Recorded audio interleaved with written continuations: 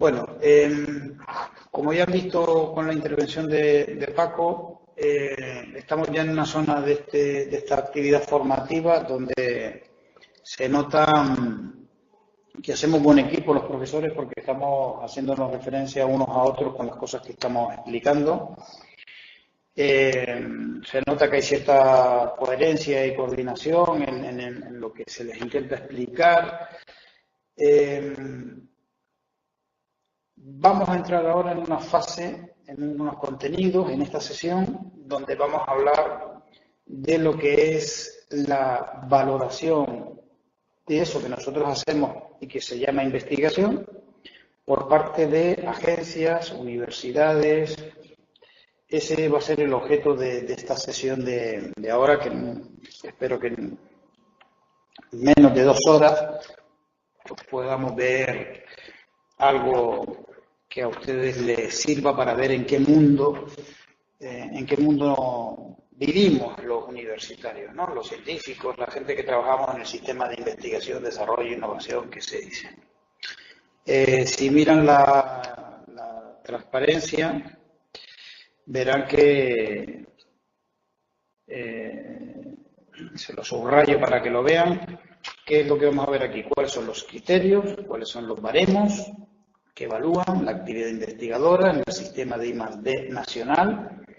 Haré también alguna referencia a qué es lo que sucede fuera de España, las agencias que evalúan esos currículum, las universidades que contratan a esos investigadores, que ofertan esos contratos predoctorales, postdoctorales, esas figuras de asociado a tiempo parcial, ayudante doctoral. Hablaremos un poco de todo este mundo. Aquí tienen toda una serie de recursos que los tienen a su disposición, como siempre, para que los utilicen. Iremos viendo algunas cosas a lo largo de esta sesión que estamos empezando. Y un PowerPoint, que es este que tienen aquí, que aunque se llame 7, es el 6º, que apenas lo estaba revisando y le he cambiado el nombre sin darme cuenta. Básicamente, aquí vamos a hablar de cuál es el sistema, el ecosistema más bien, en el que nos movemos los que trabajamos en el ámbito académico. La carrera académica, se los decía la semana pasada, no es una carrera corta. Aquí no corremos 100 metros lisos, aquí corremos obstáculos, y no son obstáculos en pista, es campo a través, y la distancia, pues a veces son 100 metros, muy pocas veces, la mayoría de las veces son distancias medias o largas, y cuando uno está a mitad de la carrera y cree que ya va a llegar a la meta, de repente mira y la meta que antes la tenía a 2 dedos, ahora la tiene a varios metros o cientos de metros. Quiere decir, la carrera se está haciendo cada vez más larga, se está haciendo cada vez más complicada. La buena noticia es que no es solamente para los jóvenes, esto lo están sufriendo todos los investigadores del sistema, sobre todo los que están en la zona media, los que están en la parte alta, catedráticos, que ya tienen una larga trayectoria. Evidentemente no están en la misma situación que los investigadores noveles que están empezando y que quieren entrar en la rueda, pero es una cadena de cambios que está afectando a todos los eslabones, no solamente a la parte más débil del sistema, que son los que empiezan. Esta imagen que tienen aquí explica lo que es el inicio de la actividad investigadora, eso que llamamos la carrera académica. Cuando una persona, un estudiante, hace un grado, se pasa 4 años a razón de 60 STS por curso. En 4 años ha culminado 240 créditos, que llamamos. Después hace un máster, que por regla general es 1 año, 60 créditos. Hay algunos máster que tienen 2 cursos, 120 créditos en algunas especialidades. Algunos están entre ambos extremos. Pienso aquel máster interuniversitario de arqueología que ofertábamos La Laguna y Las Palmas y que murió por falta de éxito, en el sentido de que el gobierno exigía un mínimo de estudiantes que no pudimos cumplir y ya cerró ese máster. 90 créditos tenía que el máster interuniversitario, estaba entre los 60 y los 120. Cuando terminamos esa parte, entramos en lo que es la elaboración de la tesis doctoral, como antes dijo Paco, pues, entre 3 y 4 años. poca gente tendrá la tesis en 3 años, lo normal será 4 años. Aquellas personas que simultanean su actividad investigadora, o sea, el doctorado, con el trabajo, personas que tienen obligaciones laborales, que desempeñan algún trabajo que se pueda demostrar, quiere decir, con papeles, pues pueden tener 6 años para elaborar la tesis, ¿vale? O sea, son doctorandos a tiempo parcial, se les permite pues un 50% más de tiempo, en vez de 4 años como máximo puede estar 6.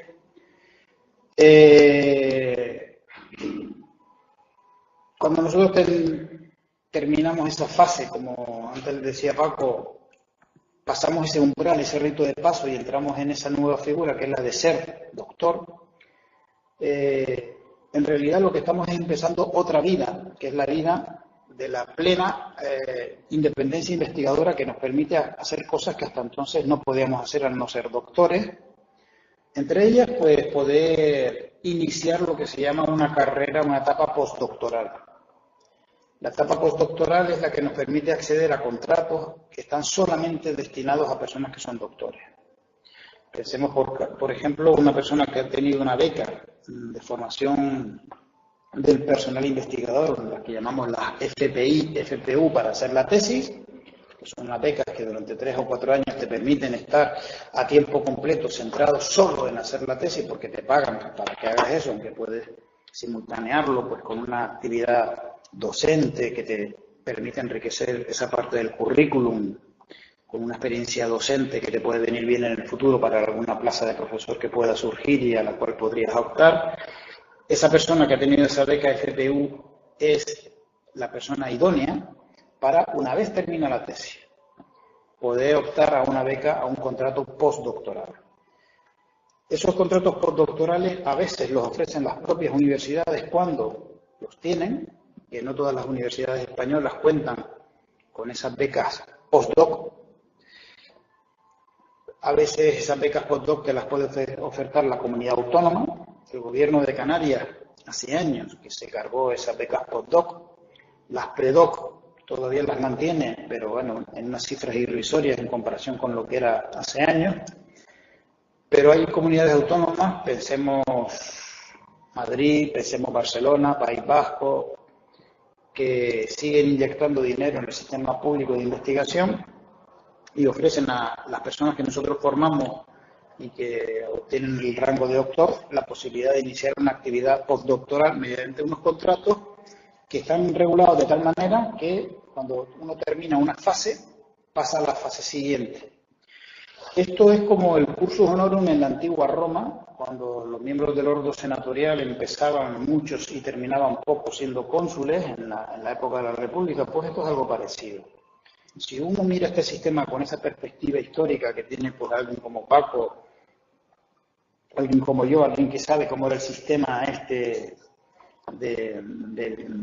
tan elitista de la promoción política de la nobilitas romana, se da cuenta de que es un sistema que en cierta manera se parece.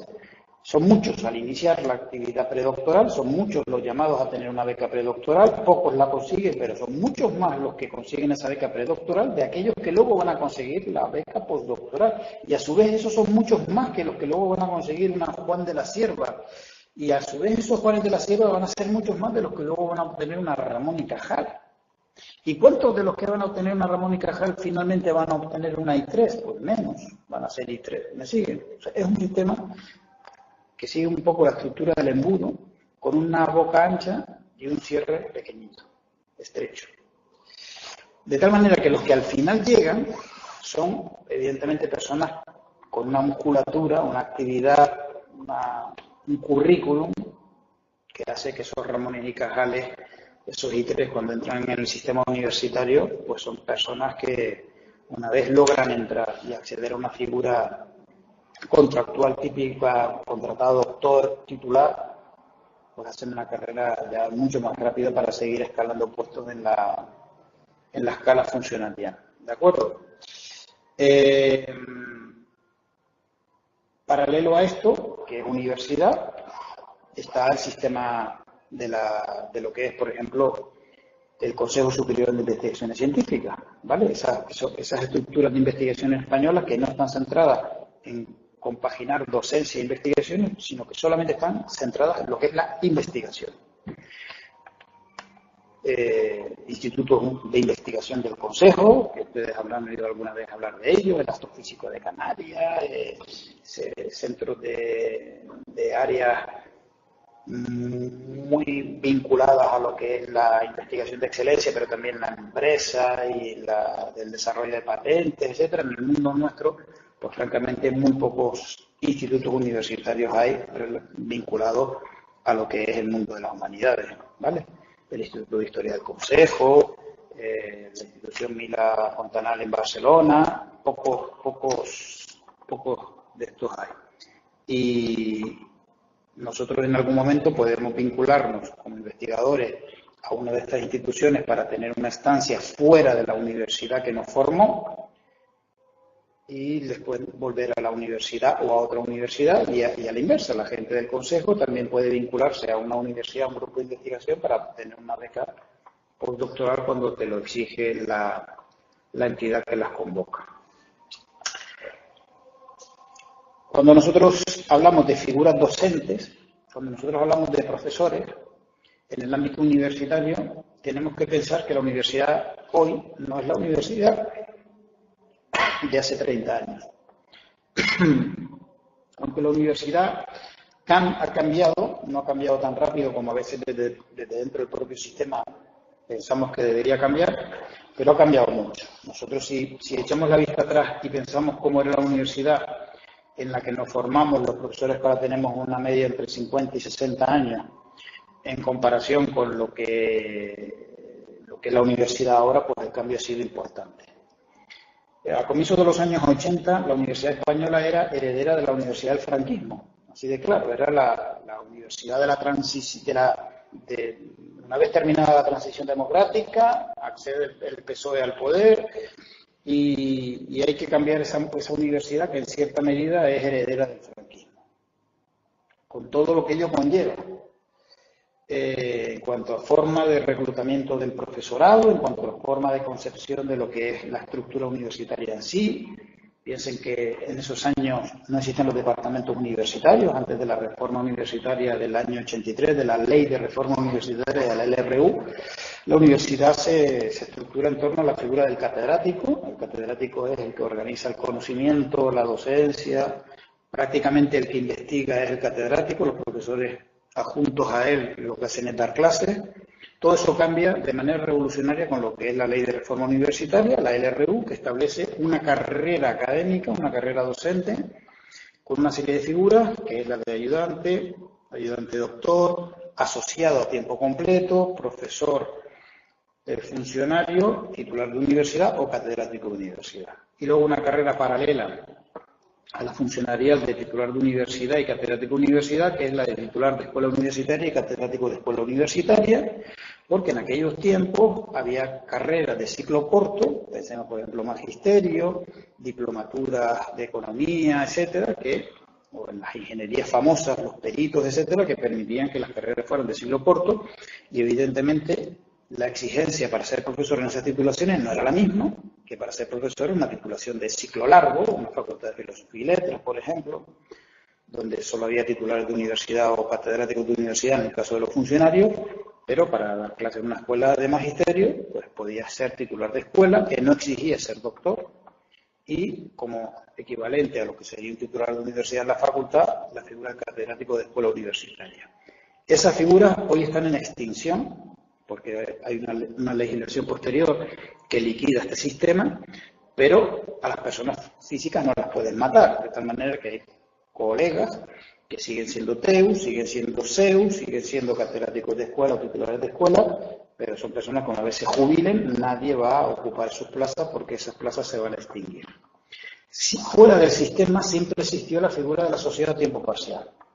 La sociedad a tiempo parcial es una figura que hablaremos de ella, es ese profesional que tiene garantizado su pan y su sal fuera de la universidad, que trabaja, pues pensemos en un abogado en un despacho, pensemos en un en un juez, pensemos en un señor que es director de un archivo y quiere dar clases de archivística, o pensemos en ese médico que tiene su plaza en el sistema canario de salud o que trabaja en lo privado, pero quiere dar algunas horas de clase en la universidad para en su tarjeta de visita poner que aparte de que es odontólogo, es profesor en la Facultad de Medicina, y además así quizás justificar un poco más, que cobra algo más por poner los implantes. Bueno, pues esa es la persona idónea para ser asociado a tiempo parcial.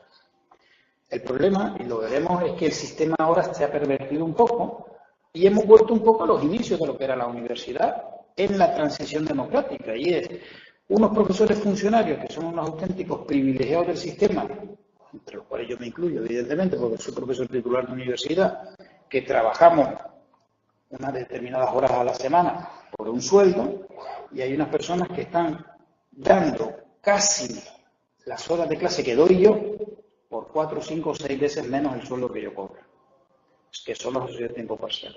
Eso en la transición eran los famosos PNNs, los profesores no numerarios, que son los que propiciaron la auténtica revolución que originó la ley de reforma universitaria en los años 80 y la necesidad de cambiar ese modelo hacia lo que era la universidad de la LRU. Ese modelo LRU de los años 80 lo cambia el Partido Popular en el año 2002, estableciendo un sistema totalmente nuevo que incorpora cambios importantes. Por un lado, los profesores que son funcionarios prácticamente no cambian, si se fijan, titulares de universidad, catedráticos de universidad, titulares de escuela y catedráticos de escuela como figuras en extinción. Aquí, si se fijan, no hay cambios. Los cambios se producen en lo que es las figuras no funcionariales, las figuras con contrato. Figuras con contrato que además sufren un cambio importante. El PP, graciosamente y casi sin esperarlo, ni sindicatos ni profesores que no eran funcionarios, concedió algo que durante muchos años se había reclamado, y es que las figuras no funcionariales, o sea, las figuras contractuales, no se rigieran por el derecho administrativo, sino por el régimen laboral. Quiere decir que los que fueran profesores contratados no lo fueron con un contrato administrativo que se renovaba de forma anual y que tenía menos garantías laborales que un contrato laboral. Fue el propio PP el que cambió y dijo, no, a partir de ahora todos los profesores contratados en la universidad van a tener el régimen laboral. Un sistema más garantista para las personas que lo tienen. Por ejemplo, si después de 10 o 15 años contratado la universidad prescinde de tu servicio, te tiene que indemnizar por año trabajado a X días. Eso no pasaba con el régimen administrativo. ¿Vale? Entonces, ¿qué pasa? Que se introduce ese cambio importante, cambio que luego va a tener un lado perverso para la figura del ATP, que ahora les voy a comentar, y entramos en la figura de ayudante, ayudante doctor, profesor contratado doctor, profesor colaborador, que son las figuras que hoy en día existen y que son las figuras que las universidades siguen ofertando, ¿vale? De tal manera que hoy por hoy la universidad que necesita un profesor a tiempo completo, la figura que va a sacar va a ser fundamentalmente o ayudante doctor o contratado doctor. La figura de ayudante, luego lo veremos, es una figura que no requiere el título de doctor ni requiere acreditación, pero es una figura que tiene una limitación puesta por la ley orgánica de universidades en cuanto a horas de docencia que tiene que dar, que hace que muy pocas universidades opten por esa figura, porque no le resuelve el problema que tiene la universidad, que es el de alguien que me dé horas de clase. A todas estas, un dilema que no por sabido a veces es muy comentado, y es que las universidades a los profesores les exigen actividad investigadora, pero básicamente las universidades no contratan personal investigador, las universidades lo que contratan son personas que den horas de clase. O sea, una universidad cuando saca una plaza, está sacando una plaza de profesor para que enseñe conocimiento a unos estudiantes en una materia concreta, en un centro concreto. El problema es que la universidad es consciente de esa dualidad entre docente e investigador y sabe la universidad muy bien que los mejores docentes son también excelentes investigadores. Entonces, ¿qué pasa? Que cuando una universidad quiere que esos profesores sean algo más que personas que van al aula a dar clases, pues tiene que poner unos baremos de contratación donde se premie o se puntúe con más o menor peso, lo veremos, la actividad investigadora desarrollada antes de postularte a esa figura de profesor. Entonces, a la hora de una persona tener claro, pensemos a alguien que tiene 20 y tantos años, que está haciendo la tesis y que dice, yo de mayor quiero ser profesor de universidad, pues debe ir viendo cómo es este sistema para ir preparándose, porque un currículum no se hace en 2 días y uno tiene que tener una cierta previsión del futuro. Dicho sea esto, dicho sea de paso, lo que Paco y yo y Loli les estamos explicando aquí es algo que, como les dije el otro día, por regla general no se explica en los programas de doctorado y mucho menos nos lo explicaron a nosotros en su día, ¿no? Todo esto es pues experiencia acumulada por parte nuestra y un conocimiento que les transferimos a ustedes en la medida en que somos conscientes de que les puede servir para ir viendo hacia dónde tienen que ir evolucionando.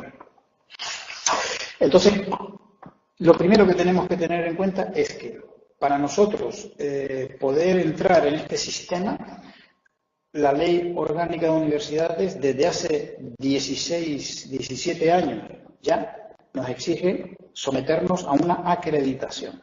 Quiere decir, deme usted una credencial donde diga que usted puede ser contratado como ayudante doctor, que usted puede ser contratado como profesor contratado doctor o como ayudante o como profesor colaborador. O sea, un papel de una agencia externa a la propia universidad que certifica que tú tienes los mínimos para ser profesor ayudante doctor. ¿Para ser asociado a tiempo parcial se requiere acreditación? No. Genial, genial. Ya tenemos lo que necesitábamos. Personas que no tienen el currículum para ser ayudantes doctores, que quieren ser profesores y que a mí como universidad me resulta mucho más barato que un profesor ayudante doctor. Pues ya tenemos la cuadratura del curso, del círculo, todos contentos. Los profesores a tiempo parcial que van a dar clases por un tubo a un precio bajo y que al mismo tiempo yo les hago ver que en realidad son unos privilegiados porque están pudiendo ser profesores para hacer eso que llamamos currículum, que les permita luego ser acreditados para, llegado el momento, entrar por donde todo el mundo desearía entrar en la carrera, que es por la figura de ayudante doctor o contratado doctor. Esta figura yo lo llamo el pan de hoy y el hambre de mañana, porque el problema de la figura de asociado a tiempo parcial es que te puede resolver esa cosa de decir soy profesor, pero francamente la posibilidad que tú tienes de hacer currículum para luego acceder a la figura que realmente todo el mundo desearía tener antes de ser profesor funcionario, que es la de ayudante doctor y contratado doctor, es tan difícil ese trasvase que muy pocos lo consiguen, muy pocos. Y ahora les explicaré un poco el porqué, ¿no? Luego está la figura de profesor de universidad privada, que es una figura que requiere acreditación. Por cierto, aquí me he dado cuenta de que hay un fallo. La figura de profesor de universidad privada requiere acreditación, ojo. Y es una figura que está siendo utilizada en comunidades autónomas donde las universidades públicas ya no son capaces de ofertar plazas a los profesores. Están siendo utilizadas esas figuras para que las universidades privadas se nutran de excelentes profesionales formados en el sistema público universitario, que están siendo contratados por las universidades privadas, en unas condiciones que evidentemente no son las mismas que la universidad pública. O sea, muchas horas de clase, grupos, atención personalizada a los estudiantes, unas exigencias de tiempo que la universidad pública, por suerte, por ahora no hace a los profesores. Entonces, claro, quien entra en ese sistema privado con la esperanza de ir acumulando méritos docentes, experiencia docente, etcétera, para luego dar el salto de nuevo al sistema público, pues se hace difícil, llegado un momento, dar el salto al sistema público universitario, y muchos de los que han apostado por la vía privada posiblemente se terminan jubilando en la vía privada, en las universidades privadas, porque llegado el momento el salto al sistema público va a ser difícil. Y luego dentro del sistema de los cuerpos docentes universitarios, pues hoy por hoy con la Ley Orgánica de Universidades, acceder a la titularidad de universidad o a la cátedra requiere acreditación previa. Esa fue la gran novedad del PP, intentar el modelo de acreditación. Para el PP, el gran elemento que iba a garantizar el éxito de su reforma era la famosa ANECA, la Agencia Nacional de Evaluación de la Calidad y Acreditación. Todo esto en un contexto, pues como pasa en este país, donde se mezcla la política con la estrategia de un país, de una economía, del conocimiento, de las universidades, y en medio de todo eso, pues el descrédito de lo anterior a través de la figura de aquello que se llamaba la endogamia universitaria, ¿no? Aquí entra todo, el hijo del farmacéutico del pueblo lo hacemos profesor, porque, bueno, pues toda esa, digamos, política de descrédito hacia lo que había sido la LRU propició que se creara un sistema muy meritocrático, donde los profesores que quisieran seguir escalando puestos en la carrera y haciendo carrera docente e investigadora, como se suele decir, pues tuvieran que estar siempre con la mira puesta en cuáles eran los requisitos de baremación para ir accediendo a las distintas figuras contractuales. Eso era algo que antes no existía como tal. Todo el mundo sabía que para ser catedrático o titular de universidad había que hacer determinadas cosas y había que tener en el currículum determinados méritos, pero no había nada regulado de tal manera que uno viera un baremo con una serie de casillas que tenía que cumplimentar y ver si tenía esos méritos o no. Eso se introduce a partir del 2002. Y eso lo que ha propiciado un poco es ese modelo de universidad meritocrática en el cual estamos todavía, donde hay gente que no está dispuesta a hacer determinadas cosas porque le cuenta cero, porque eso no es un mérito valorado, y luego hay gente que, sabiendo que hay algo que se valora, pues se tiran como locos a intentar conseguir esos méritos. Como les decía antes, otro de los grandes cambios, la introducción de los contratos laborales en las figuras no funcionariales, y lo que ha hecho también, una de las novedades que ha impuesto la LOU, es que la carrera que antes era relativamente corta, pues ahora se ha alargado, ¿no? Hemos pasado de una medio maratón a una auténtica maratón, ¿no? Para los que quieran saber algo más y no se fíen de lo que yo les puedo decir, aquí tienen el marco normativo, lo que es la Ley Orgánica de Universidades y la Ley de Modificación, la LOMLOU. El primer gobierno Zapatero cambia la LOU por la LOMLOU en abril del 2007. Y para el caso concreto de Canarias, que es donde vivimos y donde trabajamos, pues nos regimos por un decreto, el 140/2002, que es el que regula las figuras no funcionariales, y otra resolución que establece la Agencia Canaria de Evaluación de la Calidad y Actividad Universitaria, la ASECAU, que luego cambió por otra agencia posterior. Bueno, la Ley Orgánica de Universidades, famosa, establece un artículo que a día de hoy incumplen todas las universidades públicas, incluyendo esta. Y es que a día de hoy no hay ninguna universidad que incumpla el criterio de que haya un 51% como mínimo de profesores funcionarios. Ya son más los no funcionarios que los funcionarios en las universidades públicas españolas. El modelo al que vamos es un modelo que se aleja bastante de este sistema. Pero bueno, ahí queda dicho ese artículo, ¿no? Como tantos que hay en la Constitución que también se supone son de obligado cumplimiento y no se cumplen, ¿no? ¿Qué es un ayudante? En la Universidad Española un ayudante es un profesor que es contratado con un régimen laboral para formarse como profesor, para ayudar, asistir en las tareas docentes, que no tiene necesidad de investigar, porque no es doctor, luego no tiene reconocida una independencia en investigación, y tiene que dar una serie de clases que no son las de un ayudante doctor.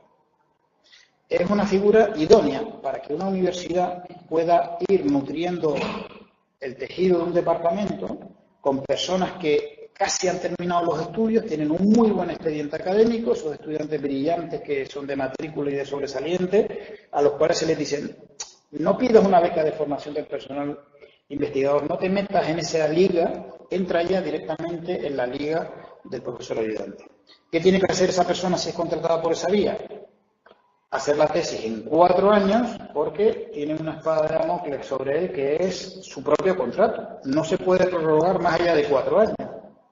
Y además obliga a una desvinculación temporal de tu propia universidad durante un tiempo, porque si luego quieres acceder al contrato de ayudante doctor, tienes que haber estado fuera de la universidad un tiempo. Eso hace que la figura sea prácticamente poco exitosa y sean muy pocas las universidades que la ofertan.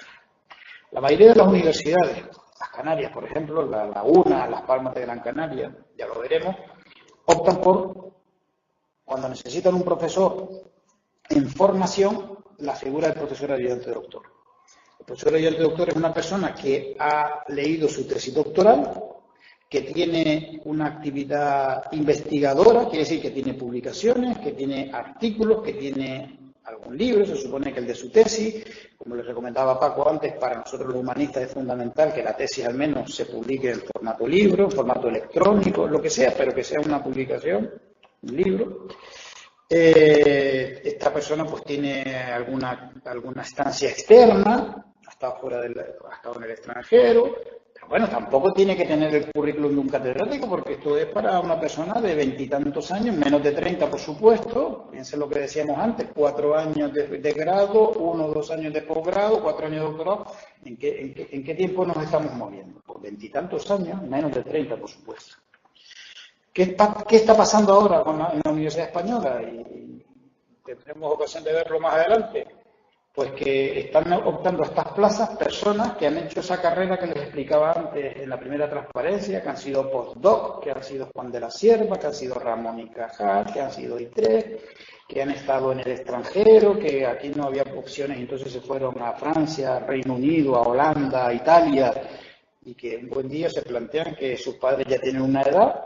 Es más, ellos miran su DNI y ven que ellos tienen una edad, tienen 50 años y que ya va siendo momento de volver a casa. Entonces, se presentan a una de estas plazas y evidentemente desbancan a ese candidato de 20 y pocos años. Porque es que cuando una persona con un currículum de 50 años se pone en una mesa al lado de una persona con un currículum de 25 años, pues es lógico que al menos los méritos sean cuando menos el doble. Porque le doblan en edad, no sé si me siguen. Entonces, lo que está sucediendo ahora en España es que la supuesta renovación de la plantilla a través de la contratación de profesores ayudantes doctores es más, digamos, formal o es más una promesa que algo efectivo, porque es que la famosa renovación de la plantilla es que están entrando de ayudantes doctores personas que están más cerca de los 50 que de los 40, para sustituir a personas que se están jubilando con 60 y tantos años o 70, ¿no? Los profesores colaboradores es una figura que la LOU estableció para aquellos profesores de determinadas enseñanzas que quisieran tener un contrato laboral indefinido, pero sin exigirles la condición de ser doctores. Se pensó sobre todo en aquellas figuras de ingeniería, donde la carrera natural era ser titular de escuela universitaria, donde no se exigía ser doctor, pues digamos que el lado no funcionario de la moneda era el colaborador. Profesores contratados doctores es esa figura reservada a aquellas personas que han sido ayudantes doctores y que con 40, entre 35 y 40 años acceden a la figura. Eso era hace 15 años, 16, 17 años. Yo fui profesor contratado doctor, por ejemplo, cuando pasé del sistema LRU al sistema LOU. Yo pasé de ser asociado a tiempo completo en la LRU a ser contratado con el sistema LOU. Pero ahora la situación es que las personas que están obteniendo las plazas de contratados doctores son personas con muchos más años y con unos currículums mucho más digamos, mucho más pesados, ¿no? Con mucha más trayectoria. Hay universidades que sacan la figura de contratado doctor en vez de la de ayudante doctor, pocas. Porque un contrato doctor es más caro que un ayudante doctor. Lo normal es que la universidad, que tiene una necesidad docente, repito, las universidades contratan por necesidades docentes. Si una universidad tiene la necesidad de cubrir un hueco que dejan uno o varios profesores funcionarios que se jubilan, lo normal no es que saque una plaza de contratado doctor, sino de ayudante doctor. Pero hay universidades que a veces sacan figuras de contratado doctor. Cuando nosotros veamos que hay una universidad que saca una figura de contratado doctor, debemos pensar siempre Esa plaza se saca porque hay alguien que ha estado desempeñando durante 5 años la responsabilidad docente en esa materia como profesor ayudante doctor. Me van siguiendo un poco de cómo va la conversación, ¿no? El profesor asociado es esa figura que les decía antes. Existía la LRU y existe la LOU. Reconocido prestigio, competencia, que acrediten su actividad profesional fuera de la universidad. Esto es lo que dice la LOU. Pero lo que están haciendo las universidades públicas españolas, la mía, la de La Laguna, unas más, otras menos, unas pasándose 4 vueltas y medio, como ha hecho esta universidad, aquí voy a hacer un poco de autocrítica, es forzar el sistema de tal manera que lo que se ha hecho es desvirtuar absolutamente la ley, perjudicar sobre todo a los propios profesores asociados, indirectamente a los estudiantes. Porque una figura que era para casos extremos, en algunos departamentos se ha hecho un uso abusivo de ella. Mi departamento, por ejemplo, no lo ha hecho, ¿vale? Nuestro departamento como máximo ha tenido 1 o 2 asociados a tiempo parcial. El director del Archivo Histórico Provincial era el que daba archivística, perfecto, cumplía los requisitos plenamente cuando Enrique Pérez Herrero era profesor de archivística en esta universidad. Ya no, porque se jubiló como director del archivo y por tanto ya tampoco puede ser profesor asociado a tiempo parcial. Pero lo que no hacíamos era lo que hacen otros departamentos, que es, se nos jubila un titular de universidad, se nos jubila un catedrático, se nos jubilan 2 titulares y un catedrático, en vez de pedir que nos saquen una plaza de ayudante doctor, vamos a pedir que nos saquen 2 o 3 asociados a tiempo parcial. ¿Vale? Eso mi departamento no lo hacía, otros sí lo hacían. Es una figura esta que tiene su lado, por tanto, complicado y perverso para los propios investigadores, porque a veces se le decía al candidato a este contrato, como lo tienes difícil para ser contratado como predoctoral o como postdoc, como no tienes currículum para ser postdoc, pues te sacamos la plaza de ayudante doctor y así vas haciendo currículum como profesor, y cuando ya saquemos la plaza de ayudante doctor, el tránsito va a ser fácil. Bueno, pues la realidad luego se ha demostrado que no era así, y a personas que se les dijo que lo iban a tener fácil, luego lo han tenido complicado cuando se les ha presentado gente con músculo investigador, con actividad docente, no tanta como ellos, pero al menos la necesaria, y son las personas que se han llevado los contratos de ayudante doctor o de contratado doctor. Por tanto, yo a la gente siempre le digo claro el riesgo que tiene el ser profesor asociado. Porque es que además, y perdón porque vuelvo atrás, hay que tener en cuenta que cuando una persona está siendo profesor asociado es algo temporal. Tiene que pensar que en algún momento tiene que pasar a la categoría de asociado a tiempo completo. ¿Y qué pasa? Que cuando tú ves los baremos, que ahora lo veremos, y ves que te exigen estancias en el extranjero, publicaciones, congresos, dices, bueno, ¿cómo voy a hacer yo todo esto cuando a la vez tengo que dar las horas de clase que se supone que debo dar como asociado a tiempo parcial, ¿no? Entonces, claro, se ven estas personas que no tienen el tiempo necesario, ni la capacidad, ni la fuerza para hacer ese currículum investigador. La figura del profesor emérito y visitante son absolutamente, digamos, son, como diría yo, muy ocasionales, son muy poco frecuentes, ¿no? Un profesor emérito es profesor catedrático titular que se jubila y quiere seguir teniendo una cierta actividad, y con más de 70 años, que saben que la jubilación forzosa en la universidad es a los 70, pues entonces dice, yo voy a pedir ser emérito. Hay universidades donde remuneran esa actividad, le dan un sobresueldo a ese jubilado, que es profesor emérito. Hay otras que es un título absolutamente honorífico, solamente le reservan el despacho, la posibilidad de colaborar en proyectos y de hacer una actividad investigadora, tutelar a los profesores noveles, conserva el correo electrónico, puede sacar libros de la biblioteca, poco más, ni un céntimo de sobresueldo. Y luego está la figura del profesor visitante. La figura del profesor visitante, la ley lo deja claro, es una figura muy ocasional para casos muy concretos. Bueno, pues hay determinadas universidades, no voy a mencionar ninguna, por suerte la nuestra no está entre ellas, La Laguna, hasta donde yo sé tampoco, que han sobreexplotado la figura del profesor visitante para contratar. Esto está pasando en la Comunidad de Madrid por muchas universidades públicas madrileñas, ¿vale? Entonces están contratando a muchos profesores por la vía del profesor visitante, porque es una vía atípica, cuyos requisitos no son tan exigentes, no requiere acreditaciones de la ANECA ni de nada, con lo cual pues está produciendo un fenómeno un poco atípico. Las universidades privadas, que son, francamente, yo lo digo, el futuro de nuestros estudiantes es la universidad privada, como profesores me refiero, no como estudiantes, porque ellos ya estudiaron en la universidad pública.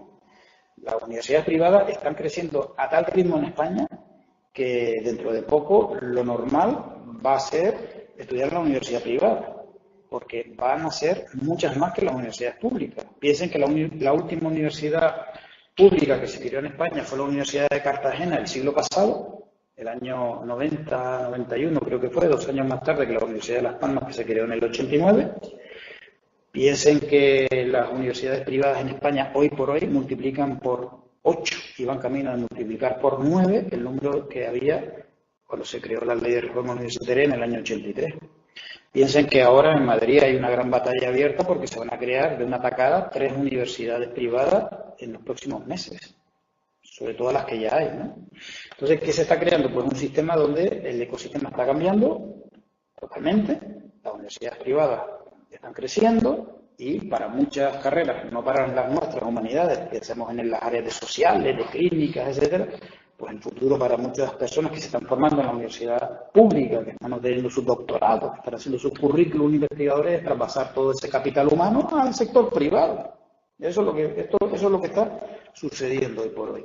Y tengo ejemplos de personas que hemos formado aquí en nuestra universidad con un currículum fabuloso que se han ido a las universidades privadas en Canarias, ¿no? Sin ir más lejos.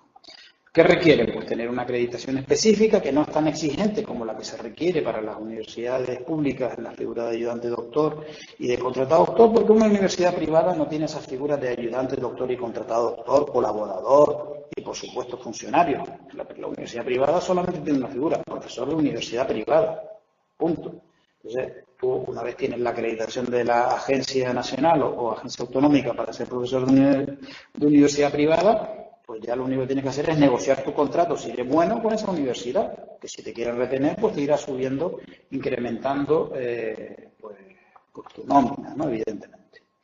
Y bueno, llegamos a esa interrogante tan de Hamlet, ¿no? De, bueno, ser o no ser profesor. Esa es la cuestión, porque tal y como me la ha dibujado Manolo, esto es un poco dramático, ¿no? Yo le he puesto la foto tal y como es, a lo mejor si he cargado un poco las tintas.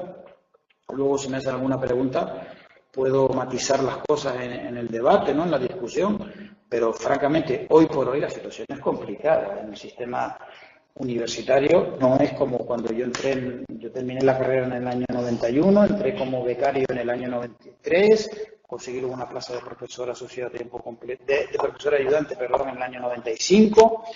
Yo he tenido una carrera que ha sido la que ha sido, pero es que la que tiene que hacer ahora cualquiera de ustedes es mucho más dura de la que yo he hecho.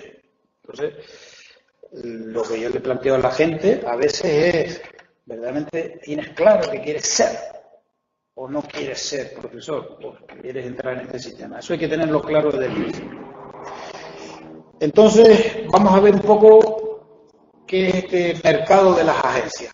La Agencia Nacional de Evaluación de la Acreditación Universitaria, que antes Paco habló de ella a propósito del programa Academia, que es el que evalúa al profesorado, y el programa PEC, que es el que evalúa a los profesores asociados, a los contratados, es la que certifica que una persona puede ser contratado como ayudante doctor, como profesor de universidad privada, como contratado doctor, como profesor titular o catedrático. Es una agencia externa al propio sistema universitario, que también certifica los títulos, que también certifica muchos elementos, acredita. Bueno, ya saben un poco la ANECA, alguna vez habrán oído hablar de ella. ¿Qué pasa? Que cuando la LOU se crea, dice que habrá comunidades autónomas que podrán crear agencias autonómicas. ¿Cuál es la diferencia entre una agencia autonómica y una agencia nacional? ¿O cuál es la diferencia entre la agencia canaria y la agencia nacional? Bueno, porque la agencia canaria te acredita para que tú puedas ser contratado en las universidades de la Comunidad Autónoma de Canarias. Tú puedes tener la acreditación para ser profesor de universidad privada o ser profesor ayudante de doctor de la Agencia Canaria, y sabes que con esa acreditación tú puedes ser profesor en La Laguna, en Las Palmas o en las universidades privadas de Canarias, pero con esa acreditación no puedes optar a ningún contrato de Cádiz para arriba. Porque si tú lo que quieres es tener esa acreditación que te permite jugar en todas las ligas regionales, tú tienes que ir a la Agencia Nacional de Evaluación de la Calidad y Acreditación Universitaria, a la ANECA. ¿Por qué hay gente que no va a la ANECA y va a las autonómicas? Bueno, pues porque los requisitos, las exigencias, los baremos para obtener las acreditaciones en las autonómicas son un poco más laxos, son menos exigentes. Por lo tanto, personas que no son evaluadas positivamente por una agencia nacional, por la ANECA, saben que tienen una opción B en la autonómica. ¿Me siguen? Pero yo siempre les recomiendo a la gente que tenga o intenten acreditarse por la ANECA. Si yo quiero saber cómo funciona este sistema, pues lo primero que tengo que hacer es leer la literatura gris al respecto, que son los procedimientos, los manuales, los principios, orientaciones.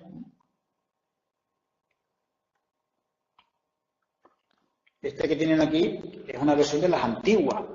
Ya se podría hacer investigación al respecto de ir comparando cómo se han ido endureciendo los criterios desde el 2007, que es esta versión tercera. Podrían usar la versión del 2003, que fue la primera, hasta el 2019. A lo mejor de esto algún día alguien hace una tesis, pero se puede ir viendo cómo el sistema se ha ido haciendo cada vez más exigente. Es un sistema que se retroalimenta. Tienen además los de la ANECA la posibilidad de saber cómo la gente va adaptándose a la vara de medir, y entonces pues tú puedes ir incrementando la longitud de esa vara, que es lo que se está haciendo básicamente, ¿no? Nosotros tenemos que tener claro que según los contratos a los que vayamos a acreditarnos, podemos, o debemos, mejor dicho, acreditar más una experiencia docente que una experiencia investigadora. Básicamente, los currículum para las figuras de contratado doctor, de profesor de universidad privada, de ayudante doctor, los grandes aspectos que miden son la experiencia docente, la experiencia investigadora y lo que se llama otros méritos, ¿no? Entonces, si miramos, por ejemplo, lo que supone la figura de un contratado doctor o un profesor de una universidad privada, fíjense que hay unos mínimos para tener la evaluación positiva, que es 50 puntos sobre 100, o sea, un 50% en el apartado de investigación y docencia, o un 55% en el apartado de otros méritos. Para ser profesor ayudante doctor, los requisitos son un poco más bajos, una puntuación mínima en global de 55 puntos sobre 100. Estos textos que tienen aquí son los del PEP de hace unos años, pero actualizados, los tienen en la página web de la ANECA, y ya les digo que los requisitos se han ido endureciendo, ¿vale? ¿Cómo funciona este sistema o cómo obtiene uno el feedback de cuando tiene que ser sometido a evaluación? Bueno, pues a través de mecanismos tan sencillos como saber que ha sido acreditado alguien que es más o menos de tu quinta, más o menos de tu experiencia docente investigadora, o sea, comparable a ti, y tú sigues la regla y dices, bueno, pues si a este señor lo han acreditado, ¿por qué no me van a acreditar a mí? En un sistema tan español como ese, ¿no? Porque él sí y yo no. Pero a veces el sistema está hecho de tal manera y no es tan transparente que a veces tú llegas a tener que decir, bueno, a él lo acreditaron y a mí no. Y se supone que somos iguales, o incluso yo en algunos aspectos tengo un currículum mejor que el de él, ¿no? O el de ella.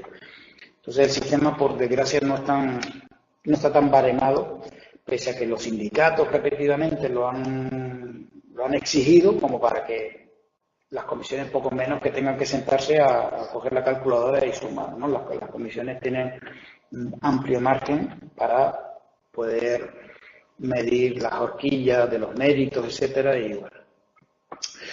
Entonces, básicamente, ¿cuáles son los méritos que alguien debe tener muy en cuenta que debe tener o debe poseer o debe ir obteniendo para en el futuro poder ser acreditado para ser profesor ayudante o ser profesor contratado en una universidad privada. Los aspectos claves son, por un lado, las publicaciones.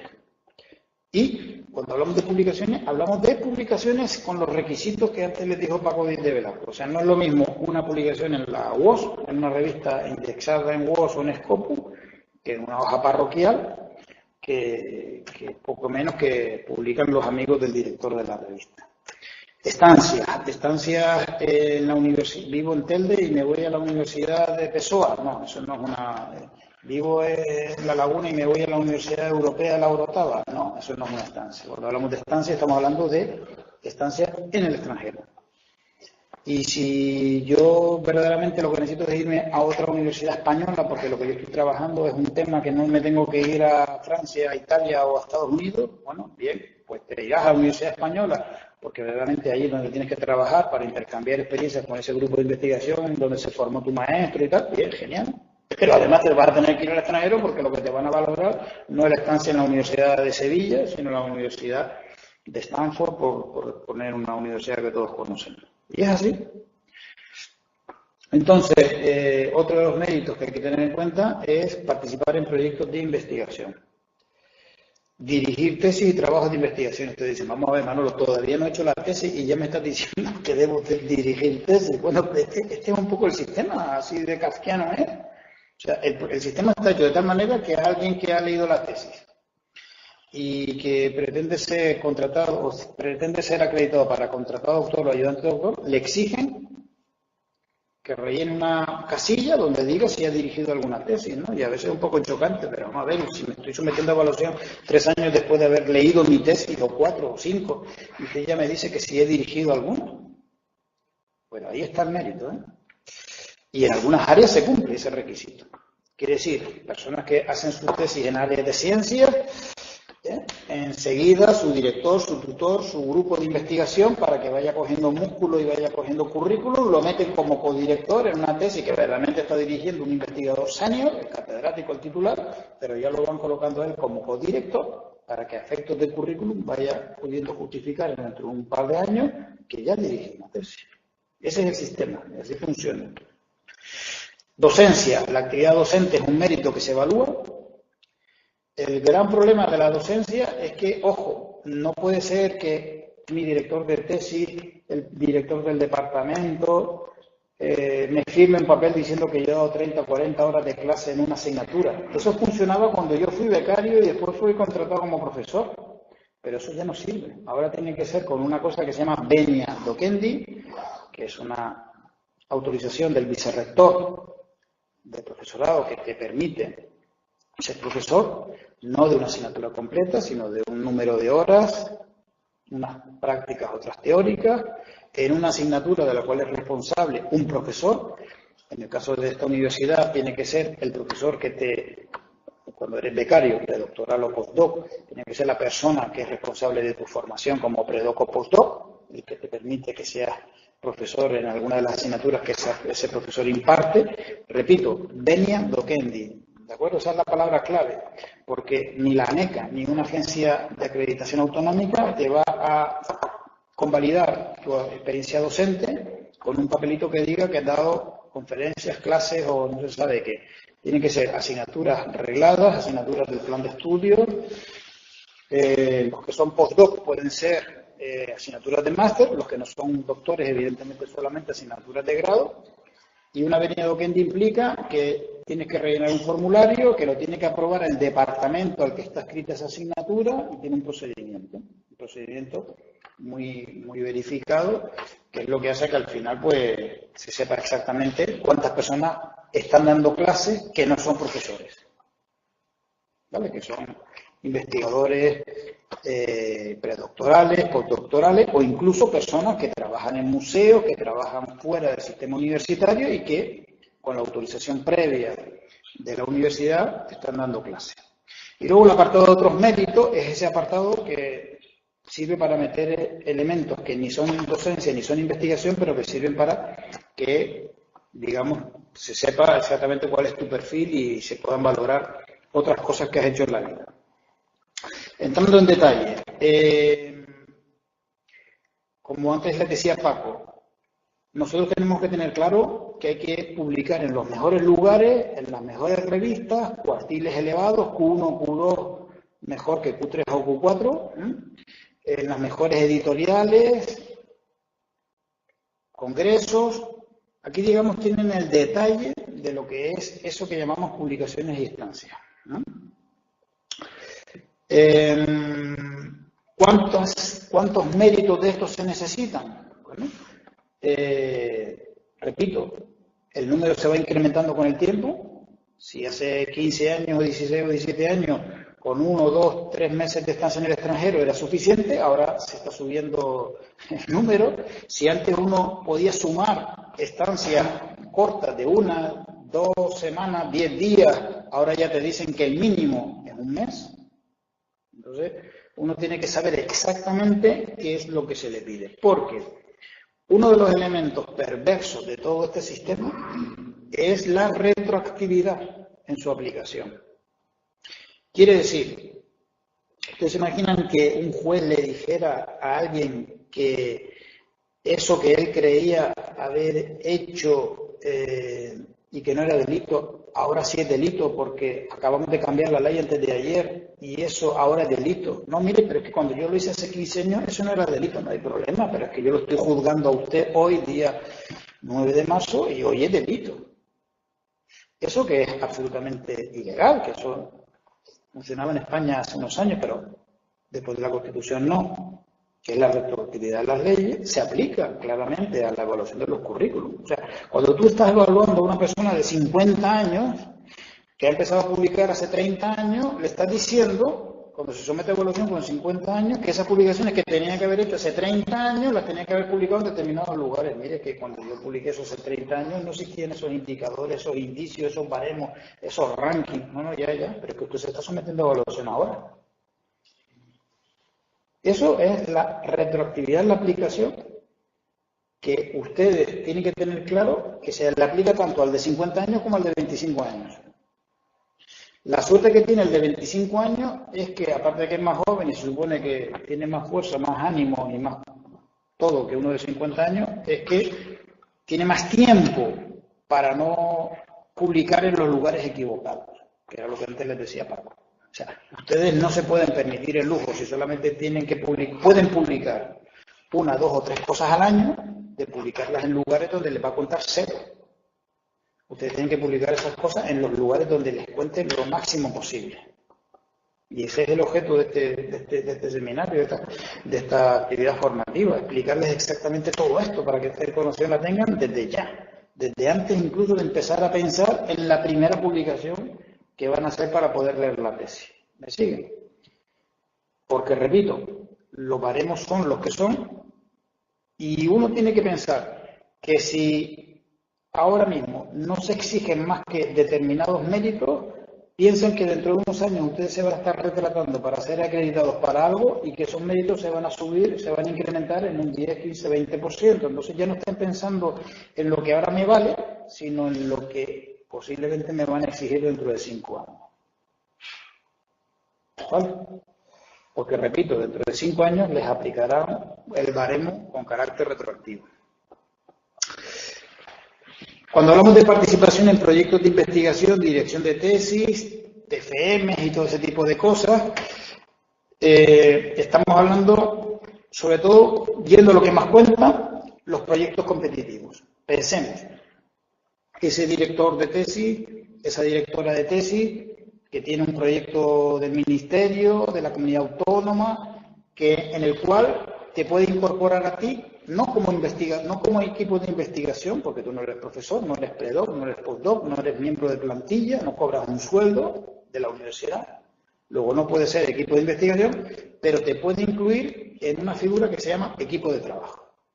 Hay proyectos donde te pueden incluir en un epígrafe diferente al del equipo de investigación, que es el equipo de trabajo, donde tú a todos los efectos ya participas, tú puedes pasar gastos por ese proyecto para asistir a un congreso, realizar trabajo de campo, ir al archivo, a la biblioteca. Entonces, a ti te interesa, si tu director o directora de tesis tiene proyectos de esta naturaleza, que te incluya, si no en el actual, porque se termina y no hay tiempo para meterte, pero lo va a revalidar en los próximos meses, dentro de un año, pues que te incluya en ese equipo de trabajo del proyecto para que tú vayas teniendo una línea más que cubrir en ese currículum tuyo. ¿De acuerdo? Respecto a las tesis, ya les expliqué antes cuál es el modus operandi que se sigue habitualmente para esas personas que van teniendo posibilidades de ir subiendo en el escalafón y a ir haciendo carrera. Pues acabas de leer la tesis, pues ya te vamos metiendo en la codirección de esta tesis que se está haciendo por alguien que viene detrás tuya. Esa es la manera, la codirección.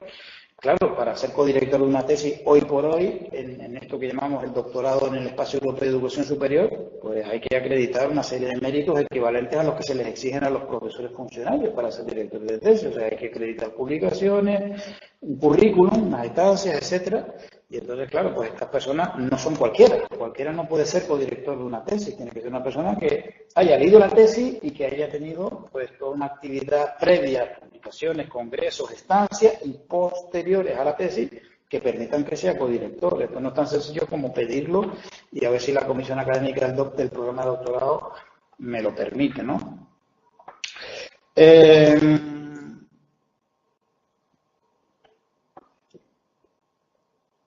Docencia, lo que les explicaba antes, con respecto a la venia docenti, ¿vale? Siempre teniendo claro que no vale el papelito firmado por el director de tesis o el colega del director de tesis, que es el decano o el director del departamento. Y cuando hablamos de otros méritos, estamos hablando de todo eso que no encaja en lo anterior, pero que acredita que tú has estado haciendo una actividad. Por ejemplo, que has sido evaluador de revistas, que has estado participando en comités de organizaciones de cursos, de seminarios, de congresos, que tienes una actividad que demuestra que tienes algo más que lo que se te exige para la actividad investigadora y la actividad docente. A veces el capítulo de otros méritos es un poco un cajón desastre, porque te dicen hasta 5 puntos. Meta usted de todo aquello que no te encaja en el baremo, lo metes aquí para ver si por aquí puedes rascar algún punto o alguna décima. La situación es tal que hoy por hoy yo a la gente le digo que hay que ser bueno en tu campo y aparte tener un máster en estudios avanzados en gestión curricular. O sea, yo a la gente le digo, hoy por hoy tienes que ser bueno en historia, en filología, en geografía y aparte tienes que hacer el máster en gestión curricular. Tienes que saber exactamente hacia dónde se está moviendo este mundo que hemos creado tan meritocrático, porque lo que no puedes estar es perdiendo el tiempo haciendo cosas que sabes que no te van a contar para nada más que tu satisfacción personal. ¿Vale? Entonces, es que a mí me gusta dedicarme a esto. Bueno, pues si lo tienes claro, que no te sirve para nada, pero te sientes a gusto haciéndolo, perfecto. Pero ten en cuenta que si tú lo que estás haciendo es algo que crees que te va a servir en el futuro para tu currículum, pues a lo mejor tienes que empezar a hacer ese máster en estudios en gestión curricular. ¿Y quién te da esos conocimientos? Te lo dan las universidades que te están formando. Las bibliotecas universitarias tienen secciones dedicadas a asesoramiento al profesorado docente investigador, donde le explican pues todo esto que ya estamos viendo en este seminario, en esta sesión formativa, ¿no? Los baremos de las revistas. Lo mismo la Universidad de Las Palmas de Gran Canaria, tiene una sección de apoyo a la investigación, los enlaces los tienen ahí en el PowerPoint. Y bueno, como el mundo es lo que es, pues estamos ya generando hasta empresas, eufemísticamente las llamamos spin-off, donde grupos de investigación potentes en el área de biblioteconomía y documentación, que están formando a gente muy buena en bibliometría, pero que no son tan buenos como para que puedan ser contratados como profesores, generalmente porque incluso no hay plazas de profesores que ofertarles a estas personas que son doctores, personas que tienen más paper JCR que muchos catedráticos de ciencias sociales del sistema universitario español. Pues lo que hacemos es crear una empresa, spin-off, que se dedica a vender sus servicios a todo aquel profesor que quiere ser acreditado y no sabe cómo, pero sí tiene dinero para pagarlo, y entonces yo le vendo los servicios de rellenarle los papeles, hablando en plata, ¿no? Y una de las más conocidas es Exenios.com, de la Universidad de Granada, pero vamos, hay unas cuantas más en España, en Oviedo, en Barcelona, en Madrid, que son empresas de personas que te mueven los papeles. O sea, una asistencia que en muchos casos tiene que ser previa, porque como ya les hemos explicado aquí, el currículum es algo que se hace ahora para ser medido dentro de X años. Pero claro, cuando tú te sientas delante de uno de estos señores y le dices, mire que quiero ser X, profesor, ayudante doctor, catedrático. Bueno, pero usted tenía que haber venido aquí hace 15 o 20 años o 5 años, porque es que con lo que usted me pone ahora sobre la mesa, ya le digo que a día de hoy no se le acredita. No sé si me siguen. Entonces, uno tiene que ir previendo la vara con la que va a ser medido dentro de unos años, ¿no? Entonces, esta era la presentación previa que les quería explicar. Y vamos a ver ahora aquí los enlaces que tienen, ¿no? No sé si ustedes tienen alguna duda por aquí. Por aquí no hay dudas, no sé si en la laguna hay alguna duda, Paco. Y si no, pues continúo. Aquí tienen ustedes enlaces a todas estas herramientas, a todas estas páginas que hemos estado viendo en el PowerPoint, ¿no? La agencia de la ANECA, la agencia canaria, la agencia europea que regula cuáles deben ser los requisitos y el sistema para todas estas agencias, en el caso del sistema universitario español. Luego, una web interesante porque es la web donde están organizados todos los jóvenes investigadores, es la de FJI Precario, donde explican cuál es el sistema, los baremos, los requisitos. Bueno, ya el nombre lo dice, ¿no? Precarios, ¿no? Precarios por el mundo. Bueno, ya saben, el problema que ha tenido este país es que con la crisis, en vez de dejar de invertir en investigación, en vez de invertir en educación, perdón, dejamos de invertir. E incluso países con un PIB menos abultado que el nuestro, como Portugal, siguieron invirtiendo en investigación en los años de la crisis y de los recortes y España dejó de hacerlo, ¿no? El caso paradigmático es Canarias, ¿no? Canarias invierte menos en investigación que todas las comunidades autónomas españolas. O sea, solamente las ciudades autónomas de Ceuta y Melilla invierten menos en investigación que Canarias. Esta es la situación que hay hoy por hoy en investigación, ¿no? El foro del profesor Arnecado, esto es un espacio de, como digo yo, digno de estudio sociológico. Es un foro donde todos los que se están sometiendo a evaluación y acreditación, tanto para figuras funcionariales como para figuras contractuales, pues ponen un poco en estado común su experiencia personal, ¿no? Esto es un poco como yo soy Manolo y me dedicaba a la bebida, ¿no? Esto es un poco como terapia de grupo, donde la gente pues se relaciona con otros que están en su misma situación. A veces uno entra aquí y encuentra información que le dice, hombre, pues mira, me vale la experiencia de este hombre porque así yo no cometo el mismo error, pero a veces uno entra aquí buscando ayuda y lo que encuentra es que vamos, que tiene que ir al psiquiatra, que cierra la página web y directamente se sube a la azotea para tirarse de lo más alto que pueda porque le entra la depresión, ¿no? De cuál es la situación. Pero bueno, aquí les pongo este foro para que sepan que existe. Yo particularmente no pierdo el tiempo en leer experiencias personales a veces muy traumáticas. Las universidades tienen sus propias secciones donde informan de todas las contrataciones que van sacando de profesores, ¿vale? La Universidad de La Laguna hace unos meses cambió su página web, como saben los compañeros de La Laguna, y tiene un acceso donde uno puede ir seleccionando exactamente lo que está buscando, información sobre la peña Dokendi. Venga, pues entonces uno va buscando y le va cambiando, tiene aquí una serie de etiquetas, ¿vale? Aquí lo que se está publicitando son las convocatorias de plazas, de contratos vinculados a proyectos, de plazas de sociedad a tiempo parcial, ¿vale? Entonces uno tiene que estar atento. Cuando uno ya tiene los requisitos que considera necesarios para poder optar a ellas, pues tiene que saber dónde está el tablón de anuncios, por decirlo en plata, ¿no? Aquí tienen ejemplos que les he puesto sobre plazas convocadas recientemente por La Laguna. Entonces uno puede entrar en la convocatoria y puede ver cuáles son los requisitos, ¿no?, que se piden, publicado en el Boletín Oficial de Canarias el 13 de noviembre del 2018, o sea, hace unos meses, plazas que algunas de ellas todavía se están baremando. Entonces, si uno quiere ver un poco cómo va esto, y tiene ganas, tiene tiempo, pues se entretiene en ver ejemplos. Aquí hay plazas, por ejemplo, convocadas para estudios de humanidades.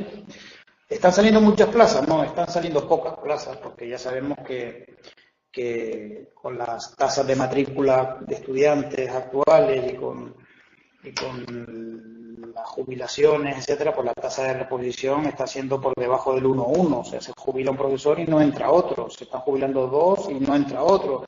A partir de 3 ya empiezan a entrar personas, ¿no? Entonces hay áreas con una cantidad de profesores tales que uno tendrá que esperar a que se jubile no el primero ni el segundo, sino el tercero de los que le tocan según la fila, y eso supone años, ¿no?, sin que salgan plazas, ¿no? Entonces, dependiendo de las áreas, pues hay áreas donde se necesita más profesorado o menos profesorado. Y humanidades no es exactamente un área donde se necesita mucho profesorado, en unas áreas más que en otras, ¿no?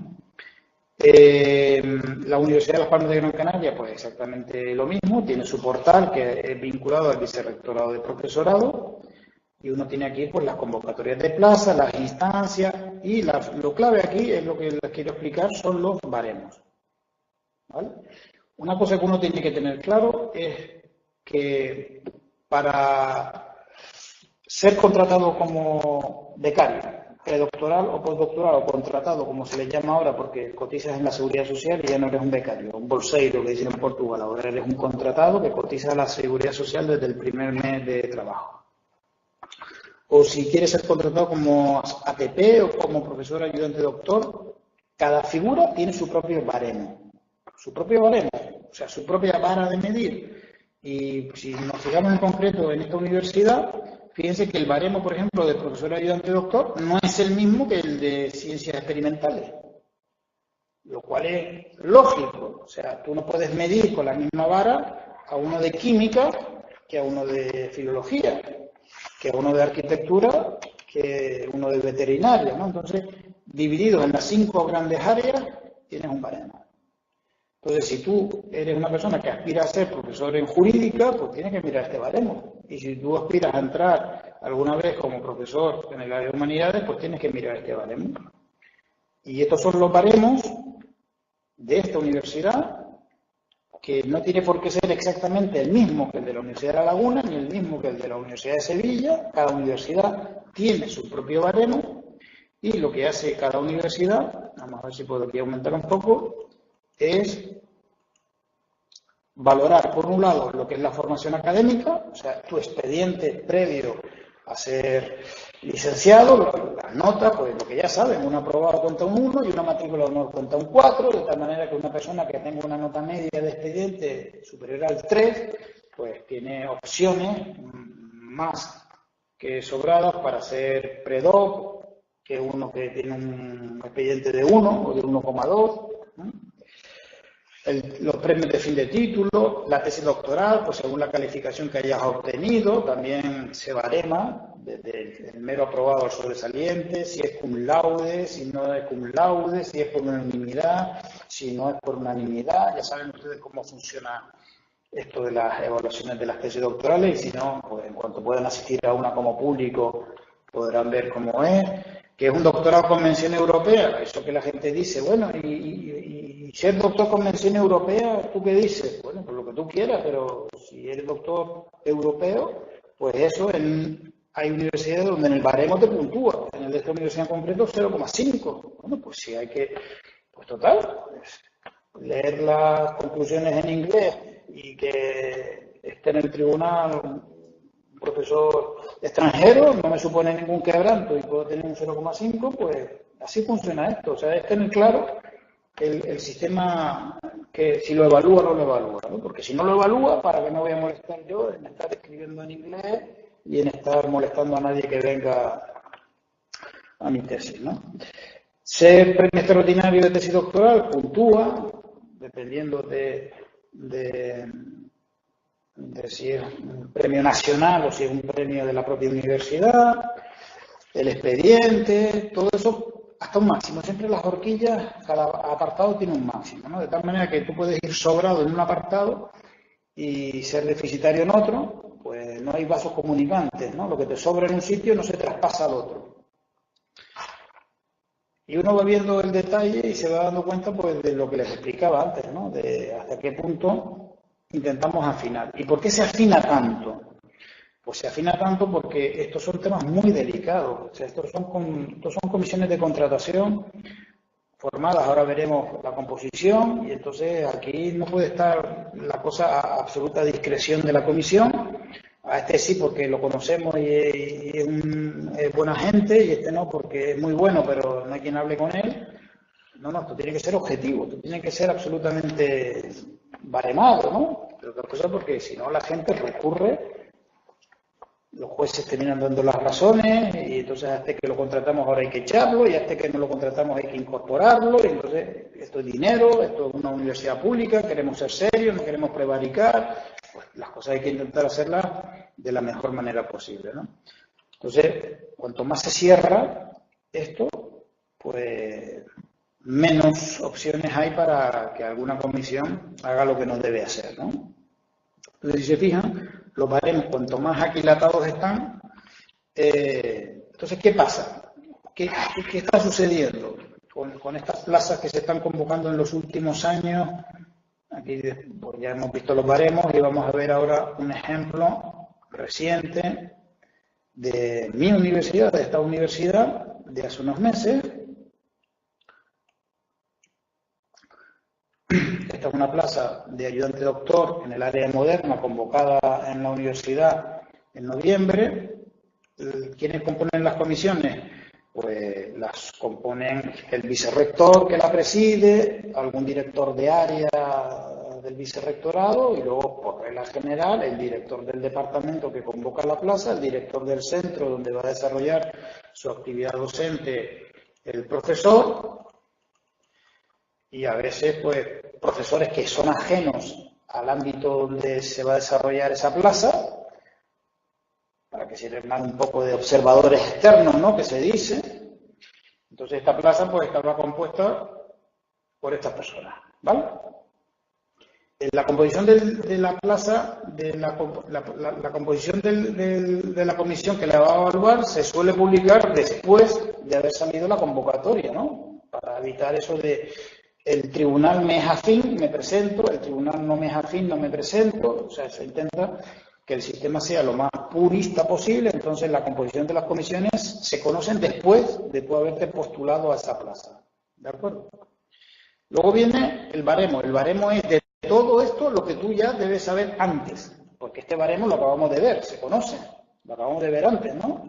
Lo que hace la comisión es ajustar un poquitito, con ese baremo marco que acabamos de ver antes, cada comisión tiene plena potestad para la horquilla, ajustarla más, ¿me entienden? O sea, darle un carácter más de detalle. La afinidad de los perfiles, pues oye, tienen que ser gente, oye, si se presentan a alguien de áreas afines, la afinidad cómo se mide, ahí es donde hoy por hoy está habiendo más problemas a la hora de las plazas, ¿no? Entonces, imagínate un área que pide una plaza con un perfil y se presenta gente de un área afín con un currículum que es 50%, 25% mejor que los candidatos con el perfil idóneo.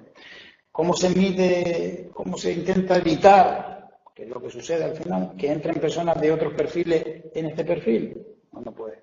Ese es el problema que está habiendo ahora con las áreas. Y les voy a poner el caso concreto de esta área que está hoy por hoy en proceso de otorgación. Todavía no se sabe quién será la persona que firme el contrato. Luego viene el listado de los que se presentan y son admitidos o excluidos. Como les decía antes Paco, la gente tiene que presentarse con la premisa del máximo respeto al sistema, ¿no? Entonces la gente cuando se presenta y le faltan papeles, pues eso es como decir, yo no sé qué hago aquí, ¿no? Entonces lo normal es que cuando alguien se presenta a una de estas plazas, todo el mundo cumple los requisitos. Todo el mundo tenga los papeles en regla, ¿no? Bueno, no, pues siempre hay gente, aspirantes excluidos se les llama, que son personas que se han presentado pero les faltan papeles, ¿no? Y eso pasa siempre. A veces porque los tiempos son cortos y no llego a tiempo esa compulsa, ese certificado, pero es que a veces falta hasta el DNI, como el otro que dice, ¿no? Que eso se supone que lo lleva todo el mundo en la cartera. Entonces, ¿qué pasa? Que siempre hay un periodo en el cual hay que ver si la gente está en condiciones o no de poder presentarse. El siguiente elemento, una vez se pasa del listado provisional de admitidos y excluidos, es el listado definitivo, ¿no? Después de un periodo en el cual las personas pueden aportar esa documentación adicional que les ha faltado, pues pasamos ya. Lo normal es que las personas que se les ha dado ese tiempo y antes estaban excluidos, pues ya sean admitidos, ¿no? Pero claro, repito, de cara a la comisión, de cara a la universidad que te va a contratar, que tú digas, oye, yo quiero ser, y te faltan papeles, oye, hay que intentar no estar nunca en el apartado de los excluidos, ¿vale? Como les ha pasado a ustedes cuando se han matriculado en el programa de doctorado, ¿no?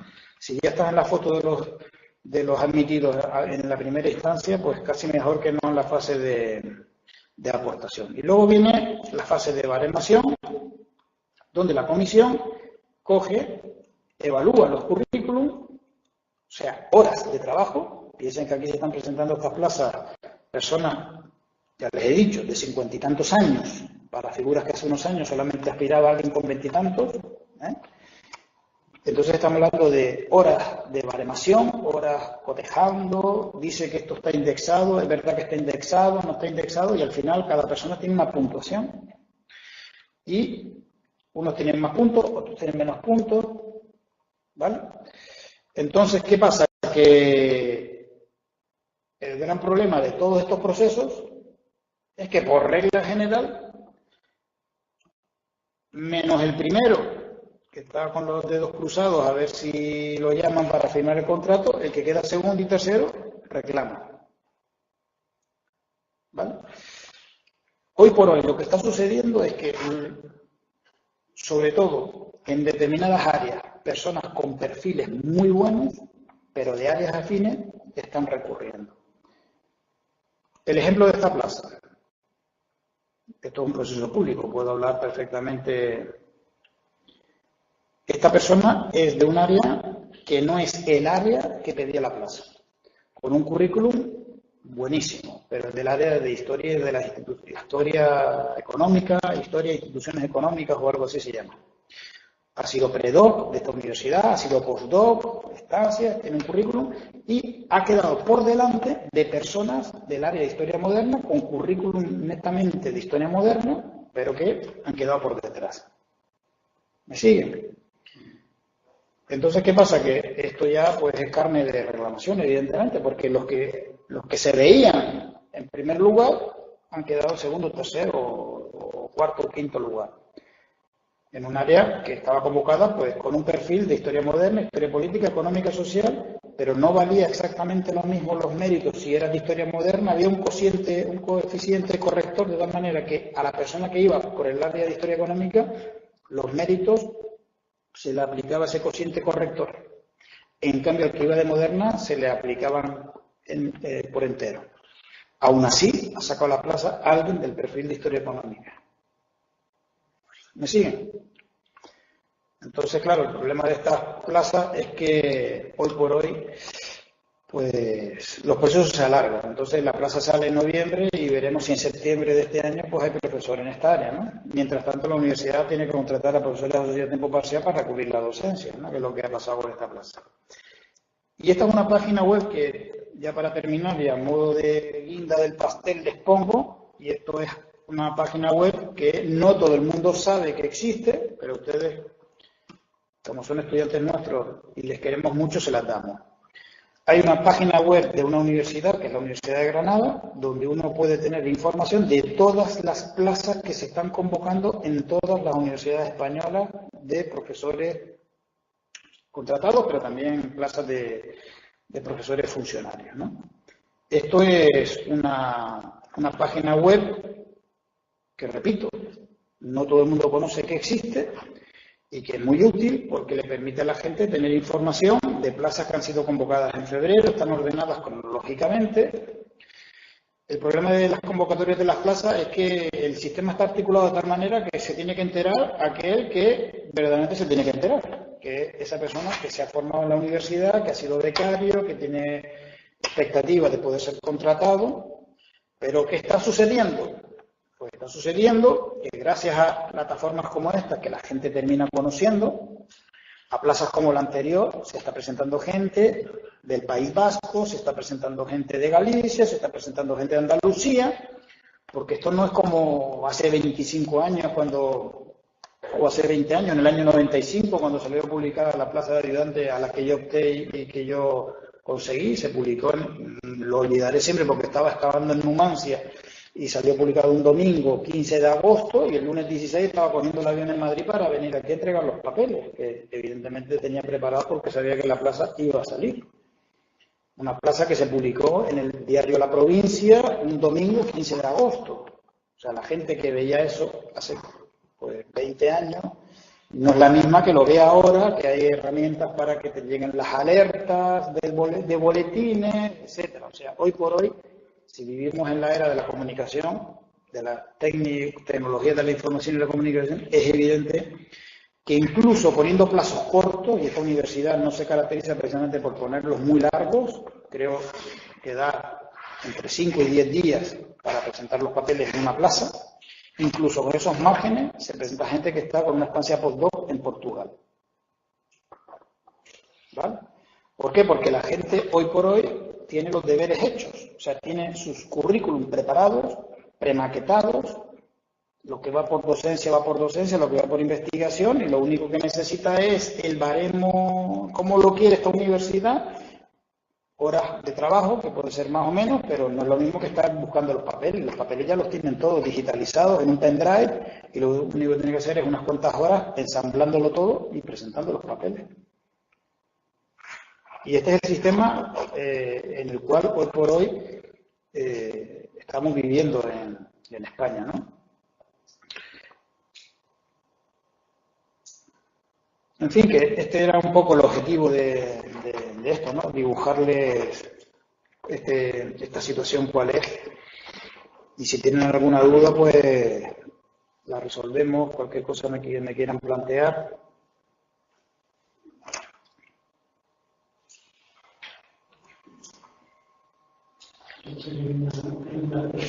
Acércate para acá. Bueno, tú, César, ya estás, tú ya eres profesor emérito ya. Pues, porque ahora mismo todo lo que haga va a ser exclusivamente porque me hace hacerlo y porque disfruto con ella, ¿no? Exactamente, tú eres un caso atípico. En el buen sentido de la palabra, no en el malo.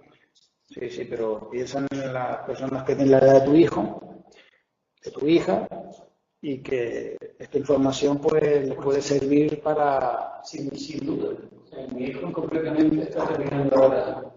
Es decir, que podría estar inmerso en este tipo de situación. Por aquí no hay ninguna pregunta, Paco. No sé si por ahí en la laguna hay alguna duda. No. Bueno, pues entonces, si les parece, damos por concluida la sesión y les emplazamos a la sesión séptima y octava el próximo viernes. ¿No, Paco? No te oigo, tienes el micro desactivado. Vale.